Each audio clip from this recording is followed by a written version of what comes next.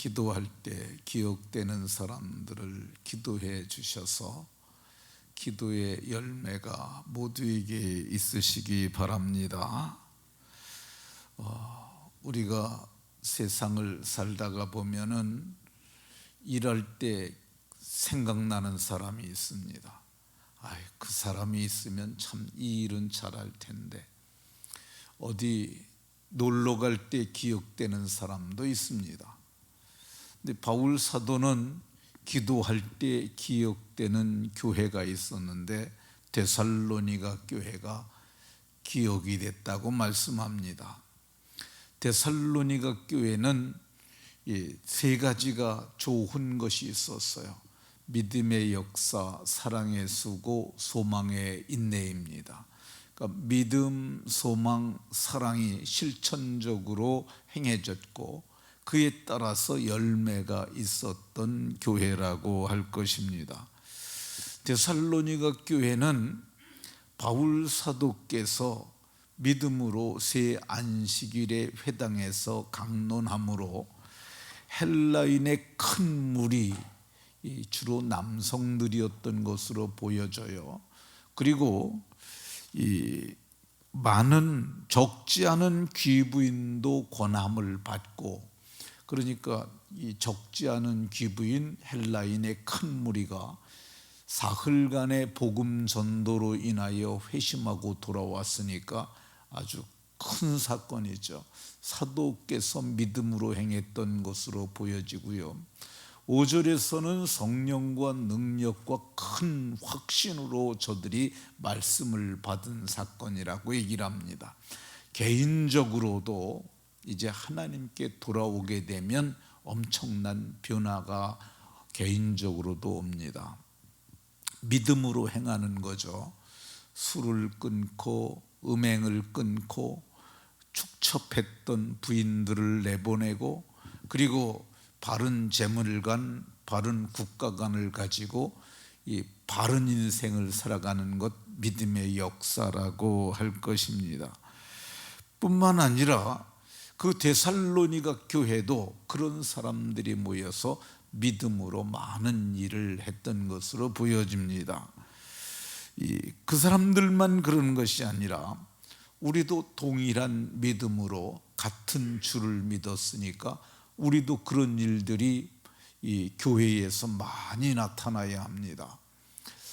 어제까지 하고 말하고만 이 부분에 있어서 말하지 않으려 했는데, 이 아프리카 차드에 대해서 하지 않았다고 이렇게 얘기하는 분이 계셔서 그 부분을 오늘 더 말하려고 합니다.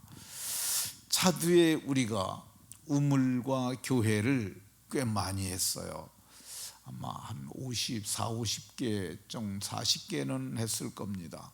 굉장히 많이 했죠. 근데 거기에 우리가 선교를 하게 된 동기는 김영섭 선교사를 만났기 때문입니다. 이 김영섭 선교사는 저하고 총신대학교 신학대학원 동문입니다. 근데 김영섭 선교사를 재학 중에는 별로 만나지 못했어요. 왜 만나지 못하냐면 학생 수가 600명이나 됐으니까 그 학생들을 다 기억하는 게 쉽지 않아요. 그리고 만났다 할지라도 이제 목회 현장에서 20년 이상이 지나갔으니까 거의 기억도 안 납니다. 그런데 어느 날 그 신학교 동문회 모임을 한다고 저를 청하였어요. 제가 아는 분이 그 신학교 동문회 그 회장이 됐는데 그분이 저한테 얘기를 했어요. 우리 동기 중에서 목사님이 교회를 개척해서 그래도 빨리 이렇게 반듯하게 세운 분이 세운 사람이니까 목회에 대해서 좀 얘기를 좀 해 주셨으면 좋겠다, 이런 얘기를 했어요. 제가 그런데 나서는 걸 별로 안 좋아해요. 그런데 자꾸 권해서 그러면 내가 좀 알았다고 가겠다고 그래서 가게 됐습니다. 근데 저희 동문이 600명이 됐는데 실제 거기 온 사람은 한 50명 정도 왔어요. 10분의 1 정도만 온 거죠. 예. 근데 10분의 1이 왔는데 부인을 한 명씩 데리고 와가지고 한 100여 명이 모였어요. 그래서 이제 제가 첫날 저녁에 가서 목회에 관해서 좀 얘기를 했습니다. 근데 그때 김영섭 선교사도 선교사로서 나가서 선교했던 이야기를 했어요. 그리고 이제 그 이튿날 같이 산행을 했어요. 산행을 하는데 뭐 빨리 가는 그룹도 있고 100여 명이 가니까 천천히 가는 그룹도 있고, 그런데 내려오는데 한 저하고 함께 했던 그룹이 한 20명 정도 됐던 것 같아요. 근데 거기에 김영섭 선교사가 있었습니다. 근데 거기에 찻집이 산에 위에 있었는데, 그래도 제가 차를 사는 게 좋겠다 생각이 들어서 다들 오시라고 고르라고 그래가지고 차를 한 잔씩 제가 대접을 했어요. 그리고 나서 이 얘기를 했는데 김영섭 선교사가 또 옆에 앉아가지고, 그래서 거기서 못했던 얘기, 궁금했던 얘기, 그런 걸 제가 좀 물어봤습니다. 그리고 이제 참 수고를 많이 하는 사람이다, 그런 생각이 들었어요. 그리고 헤어졌는데 어떤 목사님이 저한테 제안을 해왔어요. 김영섭 선교사님이 차디에서 선교하시는 선교가 참으로 훌륭하다 그러면서 그분이 교회를 건축하게 하는 것이 참 좋은 방법으로 하고 있다, 이런 얘기를 했어요. 그래서 얘기를 들어보니까 그분이 이렇게 나서서 뭘 이렇게 하는 스타일이 아니에요. 저도 이렇게 뭐 신문사에 있어도 취재도 오고 그랬었거든요. 근데 딱 한 번 응한 것이 있는데, 그거는 제가 이제 기독교 계통의 신문사인데 다각목회라고 하는 주제로 글을 한번 쓸어줬어요. 그러니까 소논문 형식인데, 그러니까 신문 전면에 다 실은 거니까. 근데 그게 뭐냐면 목회의 다양한 각도로 목회하는 거예요. 다양한 각도. 그게 이제 옛날에 제가 농사질 적에 다각영농이라는 것이 있어요. 그게 뭐냐면 농사를 여름에는 질적에 짓잖아요. 농사 안 짓는 기간을 농한기라고 불러요. 농한기에 농사꾼들이 뭐냐 하면은 술 먹고 도박하고, 그러다 보니까 이게 여름에 벌어서 겨울에 탕진하는 그런 결과들이 오는 거야. 그래서 정부가 행했던 게 뭐냐 하면 가만히 짜기, 그리고 화훼원예, 채소원예 같은 시설원예를 하라고 그렇게 해서 했는데, 그게 다각영농이도 목축도 하고 소도 기르고 돼지도 그러면서 하는 거죠. 근데 저희가 목회를 저희가 하면서 이제 우리는 어린이집도 하고 요양원도 하고 그리고 교회도 하고, 이게 다각목회죠.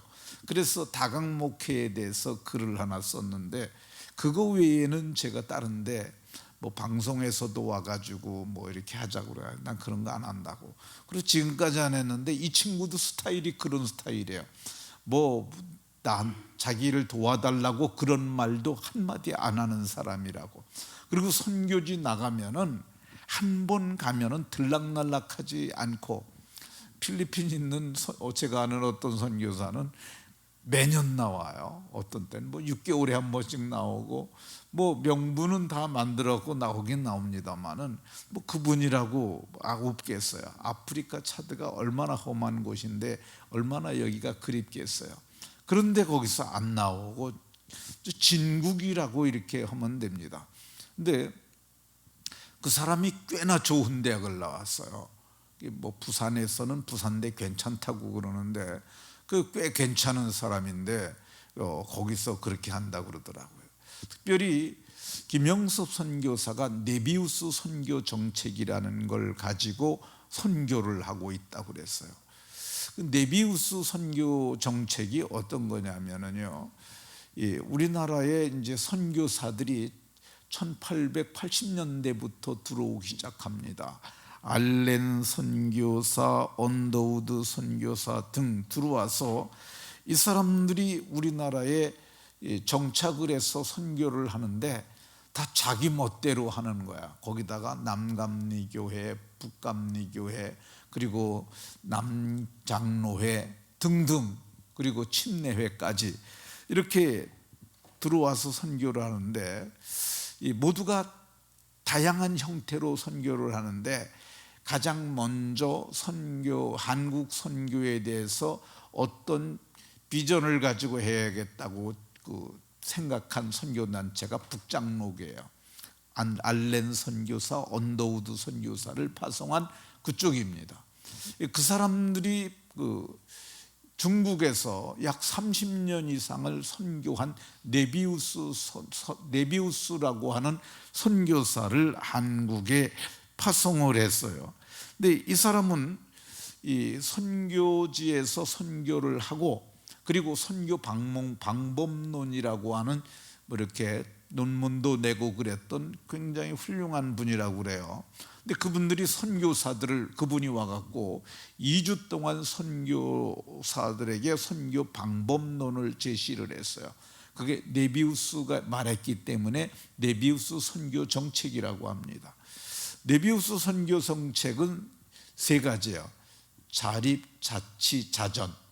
그러니까 자립이라는 말은 교회가 스스로 자립해서, 경제적으로 자립해서 교역자에게 사례를 지급하고, 그리고 이렇게 교회를 스스로 운영할 수도 있도록, 그리고 자전, 스스로 전도하는 것.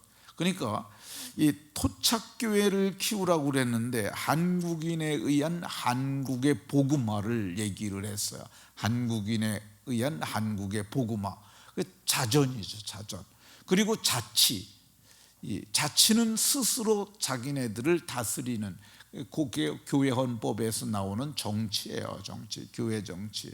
그래서 교회에게 치리권을 줘서 교회가 그들을 스스로 다스릴 수 있는 자립, 자치, 자전, 이 3가지를 얘기를 했는데, 이 김영섭 선교사가 거기 가서 그거를 했다는 거예요. 그래서 아프리카 차드는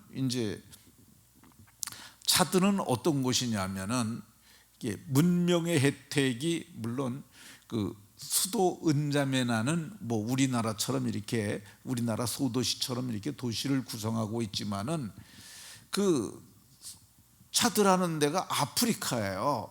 이 아프리카가 어떤 곳이냐면은 사막이 많고, 그래서 국토의 절반 이상이 사막이고, 그리고 이 남부 쪽에만 이렇게 초지가 있고 산들이 있고 좀 그런 곳인데, 그게 굉장히 이게 좀 어려운 지역이에요. 그러니까 그들이 사는 방법은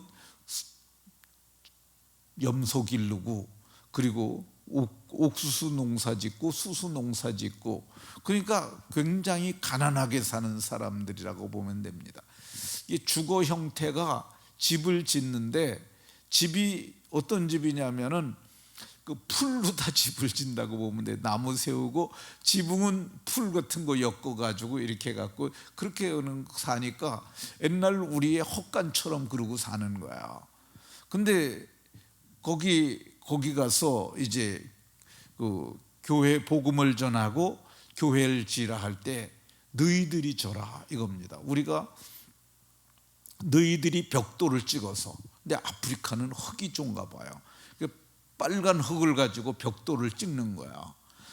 벽돌을 찍어서 그래갖고 벽돌로 집을 짓는데 해놓고, 그러면 우리가 뭘 해주면 되느냐? 우리가 지붕 양철로 지붕을 하는데, 근데 사실은 양철은 돈을 줘야 사잖아요. 그들은 돈이 없으니까 그거 사주고, 그리고 기초를 할 때 시멘트가 있어야 기초를 하잖아요. 그러니까 그 기초를 위한 그것만 해주고, 그것도 시멘트만 갖다 주면 그들이 그걸 다 시멘트 이겨가지고 그거 하고, 그 벽돌 쌓고, 그리고 창문은 유리인데 그건 공산품이잖아요. 그들이 만들 수 없는 거니까 그것들만 공급을 해주면은 그들이 교회를 다 짓는 거야.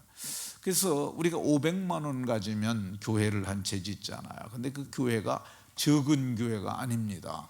교회가 얼마나 한 교회냐면 한 80평 정도, 100평 정도 되는 큰 교회들을 그렇게 줘요. 근데 그 큰 교회를 어떻게 그렇게 그 돈 500만 원을 가지고 짓냐? 그게 지붕에 트러스 짜서 지붕 얹는 거, 그리고 그 창문하고, 그리고 출입문 같은 경우를 뭐 그런 걸 공장에서 만든 그걸 가지고 하는 거야. 그래서 이 교회 건축 비용이 아주 저렴하게 짓는데, 그게 뭐냐?